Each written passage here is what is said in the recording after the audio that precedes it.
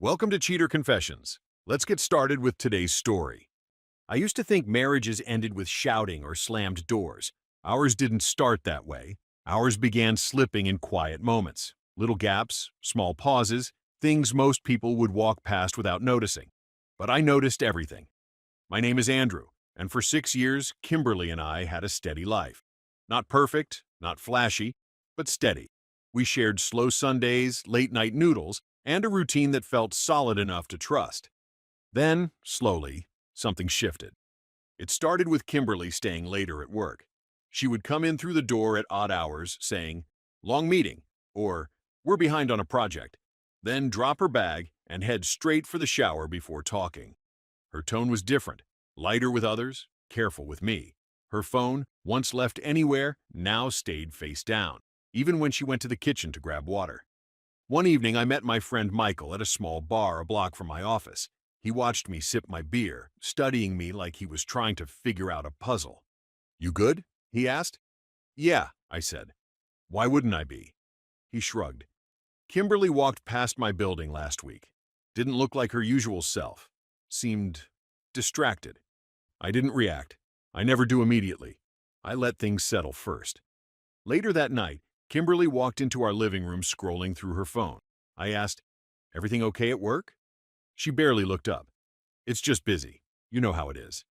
I nodded, but something about the way she said it, quickly, almost rehearsed, stayed with me. There was nothing dramatic happening, no obvious fight to point at, just distance. A quiet kind that doesn't announce itself. It seeps in. One night, I woke up and noticed the glow of her screen under the blankets while she typed something fast, then locked her phone when she felt me shift. I didn't say a word. People think silence means nothing is wrong. But in a marriage, silence has weight. And the weight in our home was getting heavier. That's when I realized the cracks weren't coming from noise. They were coming from quiet. The night Kimberly told me about Miami, she did it the same way someone mentions picking up milk. Casual, harmless, almost careless. We were eating dinner at the kitchen counter, just the two of us. She took a slow sip of water, then said, "Oh, by the way, a few of my old college friends are planning a trip next month. Miami." I didn't react right away. "Miami? That's random." She shrugged. "They want to do a small reunion. Nothing big, just catching up." I kept my eyes on her, waiting. Something in her voice felt too light, too planned. Then she added it, the real detail, like she hoped I wouldn't notice. "Leonard might come too." I paused. "Leonard? Your ex." She blinked fast. "It was years ago, Andrew. Don't make it weird." I didn't say anything. "You paused like you're about to," she said, narrowing her eyes a little. I wiped my hands with a napkin. "I just want to understand. Why Miami? Why him? Why now?" Kimberly let out a breath, annoyed. "It's a group thing. Stop acting like it means something." "I'm asking because you brought it up," I said calmly. "That's all." She leaned back. "You're not going to start being jealous, right? That's not you." "It's not," I said. "I'm asking simple questions." She crossed her arms. "Andrew, it's just a trip. I need a break from work. They invited me. End of story." I nodded once. No raised voice, no accusation, no questioning her loyalty. Just a nod. "If it's something you want," I said, "then go." Her expression shifted. Surprise, confusion, maybe even relief. "Good. I thought you'd get controlling or something." "That's not who I am," I answered. Later that night, I walked past the bedroom door and heard her laughing on the phone. Soft, excited. The kind of laugh I hadn't heard from her in weeks. The moment she sensed me nearby, the sound cut off. Again, I didn't say a word. Because sometimes the truth doesn't show up in arguments. Sometimes it shows up in the tone someone uses when they think you're not listening. The weeks leading up to Miami felt like watching a door slowly close while pretending it was still open. Kimberly wasn't openly hostile, but she wasn't present either. Conversations shrank. Dinner felt like two people sharing a table, not a life.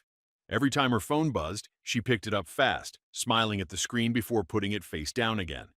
One evening she stood in the hallway packing dresses into a suitcase she hadn't used in years.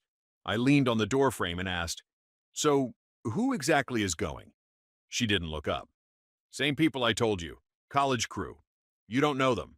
And Leonard? She zipped a side pocket. I told you already. He's part of the group. Don't turn it into a thing. I didn't, I said quietly. She sighed, irritated by my calm. You always do that. Do what? Ask questions like you're taking notes. I almost smiled. I just like honesty. Kimberly rolled her eyes. Well, everything's clear. It's 4 days. I'll be busy most of the time anyway. Okay, I replied. But I noticed the shift. She wasn't reassuring me. She was avoiding responsibility. There's a difference. A few days later, I met Michael again after work. He watched me for a while before speaking. She's checked out, he said. You see that, right? I see something, I answered. You're too calm, man. Most guys would be flipping tables. That's why I'm not like most guys. He smirked but didn't argue. The morning she left, I drove her to the airport. No tension, no fight, just a strange, quiet disconnect. Kimberly kept scrolling on her phone until we pulled up to the drop-off lane. She leaned over, kissed my cheek quickly, and said, Don't get jealous while I'm gone. I looked at her and replied, Jealous men make noise. I don't. Her smile faltered for half a second, like she couldn't tell if it was a threat or a fact. She stepped out, pulled her suitcase behind her, and disappeared into the crowd. I didn't text her after she boarded. I wanted to see how long it took her to notice the silence. Kimberly sent her first message 5 hours after landing. Made it. Long flight. 2 hours later. Going to rest. Busy day tomorrow. I didn't reply. There was nothing to reply to. The next evening she wrote, Exhausted. But I saw something else. I was scrolling through my phone when I saw a post from her friend Farina. A picture of a rooftop bar overlooking South Beach. People drinking, laughing, pressed close under neon lights. Kimberly was in the middle, hair loose, holding a drink, sitting shoulder to shoulder with Leonard.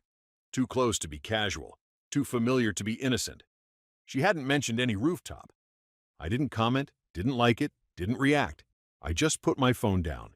The next morning, Michael sent me a video someone forwarded him. Thought you should see this, he wrote. I opened it.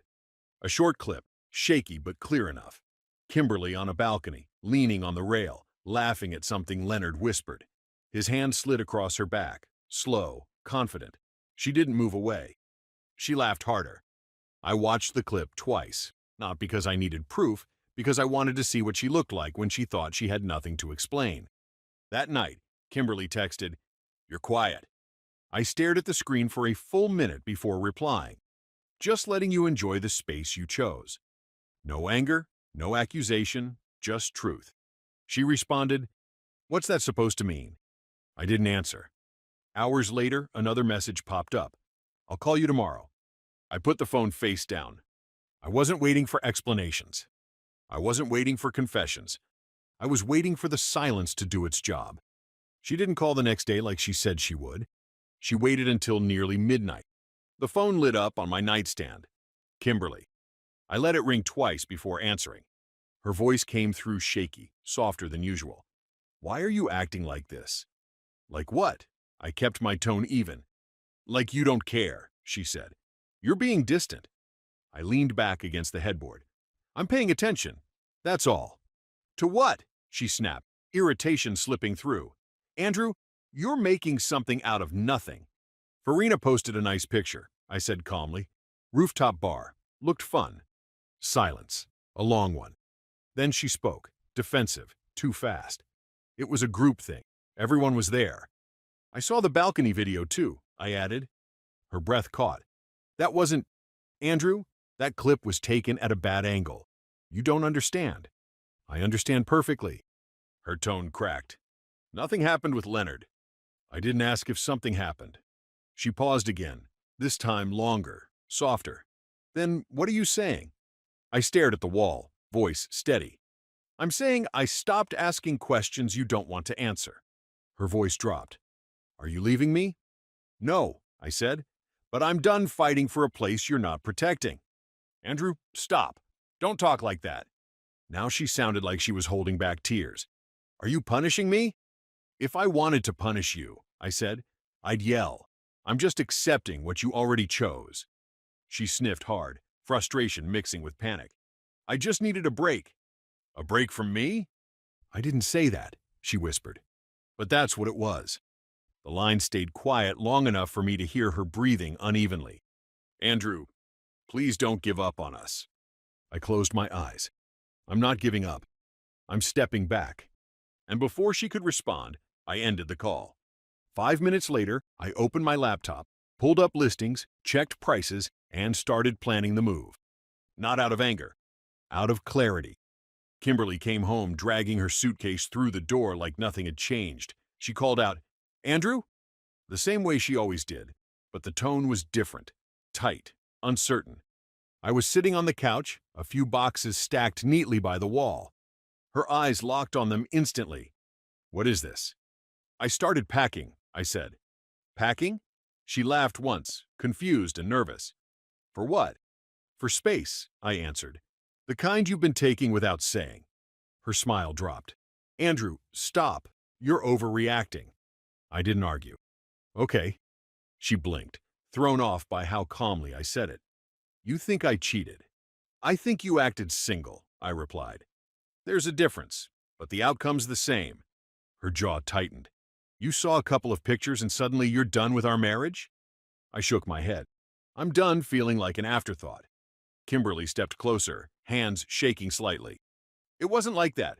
Leonard and I... You don't owe me explanations now, I said. You owed them before you got on the plane. Her face crumpled for a second before she caught herself. I was overwhelmed. I needed a break. I liked feeling noticed. I nodded. It was the first honest sentence she'd given me in months. And you didn't think it would hit this hard, I said. No, she whispered. I thought you'd, I don't know, fight for me. I did, I told her. Every day I stayed. You just didn't see it. She looked around the room like it was suddenly unfamiliar. The missing photos on the wall, the empty spaces where my things used to be, it all finally registered. You're really leaving? She asked. For now, I said. I need distance. You took yours in Miami. I'm taking mine here. She covered her mouth with her hand, trying not to break down. Andrew, please, don't do this. I stood up, picked up one of the boxes, and said, You chose your moment. I'm choosing mine. And for the first time since she left for Miami, she understood I wasn't bluffing. This wasn't revenge. This was the consequence she never planned for. The morning after I moved into a short-term rental, Kimberly started texting nonstop. We need to talk. Please answer. I'm sorry, I messed everything up. I didn't reply. Talking wasn't going to fix anything. Talking was what she used to keep things from falling apart. Silence, this time, was the truth. 2 days later, I went to a lawyer's office and started the divorce paperwork. The attorney looked at me over his glasses and asked, Are you sure you want to proceed this quickly? Yes. We filed the documents. When Kimberly received the papers, she called 10 times in a row, then sent one message that told me everything. I didn't think you'd actually leave. That afternoon, she showed up at Michael's place looking wrecked. I wasn't there, but he later told me. She asked if you hated her, he said. She was crying in the hallway. I nodded. She's hurting. That's expected. Do you want me to talk to her? No, I said. There's nothing left to explain. And then he told me something that didn't surprise me but confirmed everything. After seeing the divorce papers, she reached out to Leonard, like she needed someone to make her feel she hadn't blown up her life for nothing. But Leonard brushed her off immediately. He told her Miami was just good vibes, nothing serious, and that he didn't want any part of her problems. Within days, he stopped replying altogether. A week later, we sat across from each other at the lawyer's conference table. Kimberly's hands shook as she signed each page. She kept wiping her eyes, trying to stay composed. Andrew, she whispered, please don't do this. We can fix it. I kept my voice calm. We can't fix something you didn't protect. She pressed her palms against her forehead. Leonard meant nothing. It was stupid. I didn't think you'd stop loving me. I didn't stop loving, I said. I just stopped begging. That broke her. After the meeting, she followed me to the parking lot, crying openly now. Tell me what to do, she pleaded. Anything. I'll do anything. I shook my head. We're past that. People think heartbreak happens when someone walks away. Sometimes it happens when someone doesn't follow. A week after the lawyer meeting, Kimberly posted a photo on social media, a sunset picture with a caption that didn't mention me by name, but didn't have to. Sometimes you don't realize who loved you most until the silence hits. Friends sent it to me with messages like, "You okay, man?" and "What happened between you two?" I kept my replies short. We grew apart. It was the cleanest version of the truth. I didn't check her profile again after that. I didn't block her, didn't delete her number, didn't erase our history. I just stopped needing any of it. My new apartment was smaller, quieter, far from the life Kimberly and I built. But it felt balanced. I cooked simple meals. I picked up old habits I had dropped over the years, reading before bed, early morning runs, long showers with no one waiting outside the door. One night, as I sat by the window with a cup of coffee, I caught myself replaying everything, not out of longing, but out of clarity. I remembered the first laughs, the quiet Sundays, the calm years.